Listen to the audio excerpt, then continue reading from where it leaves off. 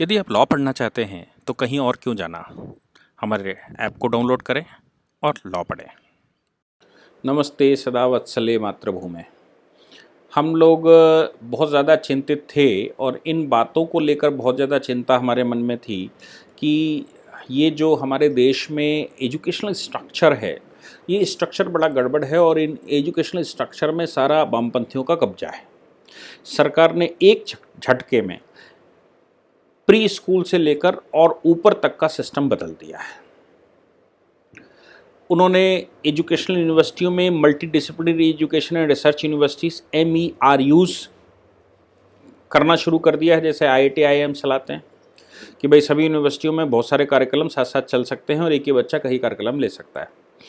दूसरा, उन्होंने कहा कि हम हायर एजुकेशन में 3.5 करोड़ सीटें और ऐड करेंगे 2035 तक। हायर एजुकेशन कमीशन होगा, नेशनल रिसर्च फाउंडेशन बनाएंगे। ये रिसर्च के मामले में हम सब जानते हैं कि हमारे देश में बड़ा कुछ गड़बड़ चलता रहता है, तो नेशनल रिसर्च फाउंडेशन बनेगी जो ये तय करेगी कि किस विषय पर रिसर्च करनी है। यूनिवर्सिटियों को बताएगी कि हमने किस विषय पर रिसर्च करनी है और हमें क्या आवश्यकता है, वो तय करेंगे जो हमारे यहाँ के इंस्टीट्यूशंस काम करते हैं, इसरो जैसे। कारण मुझे लगता है इन सबका ये जो सिस्टम बनाया है, इसके जो कमेटी बनाई थी, उस कमेटी के जो चेयरमैन जिनको नियुक्त किया गया था वो इसरो के एक्स चीफ। अब इसरो के एक्स चीफ अगर उसको तय करेंगे या वो बनाएंगे तो आप सोच सकते हैं कि उन्होंने किस हिसाब से इसको तय किया होगा और कैसे बनाया होगा। बनाते समय ये सारी चीज़ें ध्यान में रखी होंगी कि भारत में एजुकेशनल सिस्टम में क्या समस्या है। और इसरो हमारे यहाँ की सबसे बड़ी, सबसे अथेंटिकेटेड बॉडी है, जिसको हम अभी भी जानते हैं कि ये एक ऐसी बॉडी है जो देश के लिए, जिसने सबसे ज़्यादा एक्सपेरिमेंट किए हैं और सबसे ज़्यादा देश को बहुत ऊंचे लेवल पर लेकर गई है। तो इसरो का चेयरमैन अगर इसको रिकमेंड कर रहा है तो उन्होंने कुछ सोचकर ही किया होगा। इसलिए इस एजुकेशनल पॉलिसी में उन्होंने कहा नेशनल रिसर्च फाउंडेशन होनी चाहिए। हमको आज अगर एरोप्लेन बनाने की ज़रूरत है तो एरोप्लेन में ये पार्टिकल हमें बनाने की ज़रूरत, इस पर रिसर्च करिए।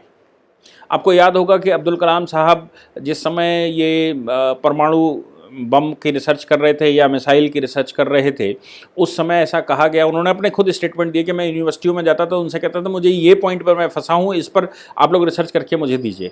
और वो बताते थे अलग अलग यूनिवर्सिटियों में जाकर अलग प्रोफेसर्स को कि हम ये पॉइंट जानना चाहते हैं, इस पॉइंट पर हमको असिस्ट करिए थोड़ा सा।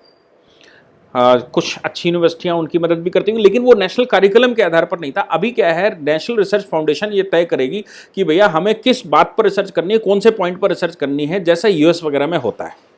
और हमें कहाँ, जैसे हमें नॉर्थ ईस्ट पर रिसर्च करनी है, साउथ ईस्ट पर रिसर्च करनी है, हमें चाइना पर रिसर्च करनी है, चाइनीज लैंग्वेज पर रिसर्च करनी है, या हमें पाकिस्तान पर रिसर्च करनी है, हमें अमेरिकन सिस्टम पर रिसर्च करनी है, हमें मेटलर्जी पर, जिस विषय पर जो पॉइंट इन इंस्टीट्यूशंस में फंसा होगा वो इंस्टीट्यूशंस बताएंगे कि हमें इस रिसर्च फाउंडेशन को कि भैया ये चीज़ें अभी डेवलप करना बाकी है, इन चीज़ों पर रिसर्च करवाओ। देश का डेवलपमेंट होगा और ये सीधे लिंक करेंगे आज के आधुनिक इंस्टीट्यूशन से, और यही बच्चे जो इस तरह के रिसर्च करके जाएंगे ये वहाँ पर आसानी से फिट हो जाएंगे, क्योंकि यहाँ पर पढ़ने के बाद प्रैक्टिकली वहाँ पर फिट हो सकते हैं। दूसरा, हायर एजुकेशन कमीशन बनाएंगे हम, HECI, higher education commission. Higher education commission को उन्होंने 4 हिस्सों में अलग अलग इंडिपेंडेंट वर्टिकल्स में बांटा है। एक को कहा है national higher education regulatory council, जो रेगुलेशन तय करेगी कैसे चलेगा। दूसरे को है जनरल एजुकेशन काउंसिल, जो स्टैंडर्ड तय करेगी। तीसरे को कहा हायर एजुकेशन ग्रांट कमीशन, जो फंडिंग की व्यवस्था करेगी, ग्रांट किसको कितना जाना है। और चौथा, national accreditation council. Accreditation council मतलब जो रिकॉग्नाइज करेगी NAC कि कौन से इंस्टीट्यूट्स चलेंगे पब्लिक एक्रेडिटेशन। दूसरी जो सबसे महत्वपूर्ण बात इस पॉलिसी में है वो ये है कि पब्लिक और private educational institutions will be governed by the same body. अब उसके लिए अलग से बॉडी नहीं होगी, चाहे वो प्राइवेट इंस्टीट्यूशन हो चाहे वो गवर्नमेंट का इंस्टीट्यूशन हो, वो सारे के सारे इंस्टीट्यूशंस अब एक ये जो बॉडियां बनाई हैं ये सिंपल बॉडी तय करेगी और सबकी सिलेबस से लेकर और नीचे तक, रेगुलेशन से लेकर और एजुकेशन मतलब जनरल एजुकेशन क्या होगी, स्टैंडर्ड क्या होगा, वो सिर्फ एक बॉडी तय करेगी और सबको पूरे देश में उसको फॉलो करना होगा। अभी ऐसा नहीं होगा मिशनरी का स्कूल है वो कुछ और पढ़ा रहा है, वो अपनी कहानी बता रहा है ऐसे ऐसे करो, वो सब कुछ भारत में समाप्त होने वाला है। भारत में केवल एक पॉलिसी चलने वाली है।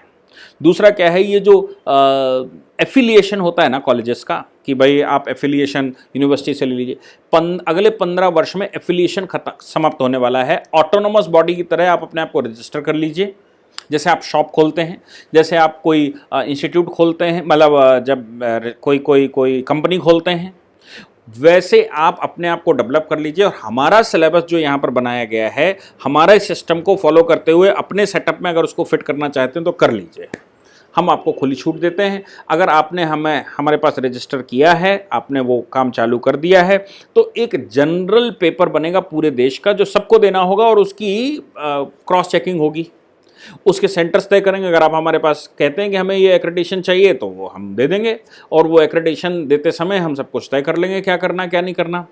इसलिए वो सेंट्रल लेवल पर पूरा एक साथ चलेगा। दूसरा क्या है कि एक अलग से फोरम हमने उसमें ऑटोनोमस बॉडी बनाई, national education technology forum, NETF, national education technology forum. ये तय करेगा, ये एक प्लेटफॉर्म होगा जिसमें आइडियाज़ को फ्री एक्सचेंज किया जा सकता है कि लर्निंग में क्या ज़रूरत है, अभी हमें असेसमेंट कैसे होना है, प्लानिंग क्या होनी चाहिए, एडमिनिस्ट्रेशन कैसा होना चाहिए। आप इस फोरम को, ये ऑनलाइन फोरम रहने वाला है, आप जिस इंस्टीट्यूट में जिस जगह भी पढ़ते हैं वहाँ पर आपको अगर कुछ लगता है पढ़ते समय या पढ़ाते समय, टीचर्स को लगता नहीं ऐसा होना चाहिए। मैं बहुत सारे यूनिवर्सिटियों में, दिल्ली यूनिवर्सिटी वगैरह में और यूनिवर्सिटियों में जाता हूँ, जो टीचर्स वोकेशनल कोर्सेज होते हैं, यानी कि उनके जो कॉम्प्रिहेंसिव कोर्सेज होते हैं उनको इन्हेंस करने के लिए करंट सिचुएशन से, करंट लॉ से, उसमें मैं पढ़ाने जाता हूं तो वो लोग बैठते हैं तो बहुत बार कहते हैं ये साहब ये गड़बड़ है, लेकिन हम कर नहीं सकते क्योंकि वहाँ से रेगुलेशन ऐसा है, ये गड़बड़ है हम कर नहीं सकते क्योंकि वहाँ से रेगुलेशन ऐसा है। उन्होंने कहा कि देखिए, आपको अगर इस तरह के कोई क्वेश्चंस हैं, आपके पास इस तरह का कोई समस्या है, तो वो समस्या को आप इस बॉडी के सामने रख दीजिए। इस बॉडी के सामने जब आप वो समस्या रखेंगे तो ये बॉडी उस पर डिस्कशंस करेगी, आपको बुला सकती है, आपसे स्कीम मांग सकती है, आपसे उसके आइडियाज़ मांग सकती है, और आइडिया एक्सचेंज करने के बाद उनको अगर लगेगा कि उसके अप एंड डाउन्स जानने के बाद कि वाकई में इसमें आवश्यकता है हमें ये डेवलप करने की और ये चीज़ें ऐसी होनी चाहिए, तो वो उसको डालेंगे। National institutes for Pali, Persian और प्राकृतिक हम पर्शियन, पाली और प्रकृति भाषा में, लिपि में हम अलग से इंस्टीट्यूशंस बनाने वाले हैं। Institutions, Indian institute of translation and interpretation to be set up. अब इनमें जो हमारी ट्रांसलेशन की समस्या रहती है, हमारे देश में बहुत सारी लैंग्वेज, एटलीस्ट 8 लैंग्वेज तो बड़ी हैं, 8 या 10, जिनसे पूरा देश गवर्न किया जा सकता है। उन 8 लैंग्वेज में कहीं पर भी कोई रिसर्च डेवलपमेंट हुआ है, वो रिसर्च डेवलपमेंट की जो थीसिस होगी, वो उसका जो फाइनल कंक्लूजन होगा, वो वहाँ से उठाकर national institute of translation and interpretation भेजा जाएगा। वो उसके 8 ट्रांसलेशन कॉपी बनाकर सभी प्रकार की यूनिवर्सिटियों में ट्रांसफ़र कर देगा, ताकि बच्चे किसी भी क्षेत्र में जो काम कर रहे हो उस क्षेत्र में ऐसा ना हो कि वो चूंकि तमिल में उसने बना दिया था इसलिए हम उसको पढ़ नहीं सकते, मेरे लिए बेकार है, या मेरी लोकल लैंग्वेज कोई और है, मेरी जो मातृभाषा है वो कोई और है जिसमें मैं पढ़ा, और आज लिटरेचर इंग्लिश में ही मौजूद है तो मुझे इंग्लिश में ही कन्वर्ट होना पड़ेगा तभी मैं आगे रिसर्च कर सकता हूं।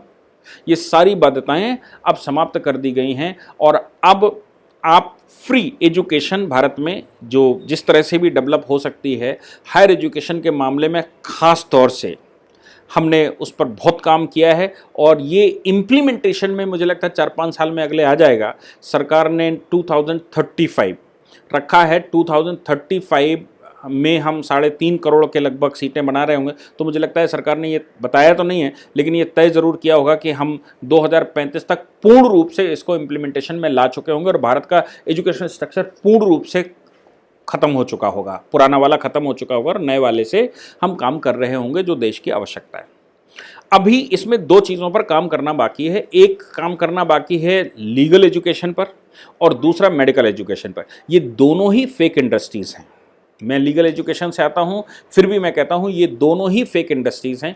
ये हमारे देश में जो कॉम्प्लिकेशंस तैयार बढ़ा दिए गए, इनकी वजह से ये डेवलप हो गए। हमारा खान पान ये वो सब बदल दिया। जैसे अभी कोरोना के टाइम पर हमारा खान पान बिल्कुल सुधर गया है, तो हॉस्पिटल में केवल केस वायरल के ही जा रहे हैं, बाकी केसेस हॉस्पिटल्स में नहीं जा रहे हैं। क्यों? क्योंकि अब हमें वो होना ही बंद हो गया, क्योंकि हमारा खाना पानी सुधरा हुआ है। इसलिए वो जो हमें पेन किलर चाहिए था, वो हमें जो मेडिसिन चाहिए थी, वो सब कुछ यहां पर कुछ नहीं हमें चाहिए।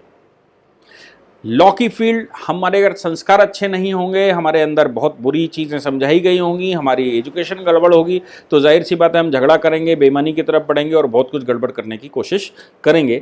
इसलिए इन दो फील्डों को अभी इससे बाहर रखा गया है। सरकार इसके लिए क्या करेगी वो आगे तय करेंगे। वो इसलिए भी हो सकता है क्योंकि लीगल एजुकेशन में बार काउंसिल ऑफ इंडिया तय करती है कि क्या पढ़ाना है और कैसे, क्या सिलेबस में होना चाहिए, क्या करिकुलम होना चाहिए और कैसे होना चाहिए, क्या क्या प्रैक्टिकल क्या होगा और थ्योरेटिकल क्या होगा, वो सब कुछ बार काउंसिल तय करती। मेडिकल एजुकेशन में मेडिकल काउंसिल ऑफ इंडिया है, वो तय करती है कि हमें क्या पढ़ाना है और क्या रिक्वायरमेंट है। तो अभी इन दो फील्डों में सरकार ने कोई इनिशिएट नहीं किया है, अभी बात नहीं की है, लेकिन उन्होंने ये भी कहा है कि ये कोई फाइनल स्कीम नहीं है। अभी कैबिनेट ने इतनी मंजूरी दी है, इसके बाद हम लगातार इस पर काम करेंगे। मुझे लगता है हमारे देश के भाग्य अब बदलने वाले हैं और हमारे देश की दिशा शायद मेरे जीवित रहते मैं देख सकूं कि हमारा देश बदल रहा है और हमारा देश बदल गया है।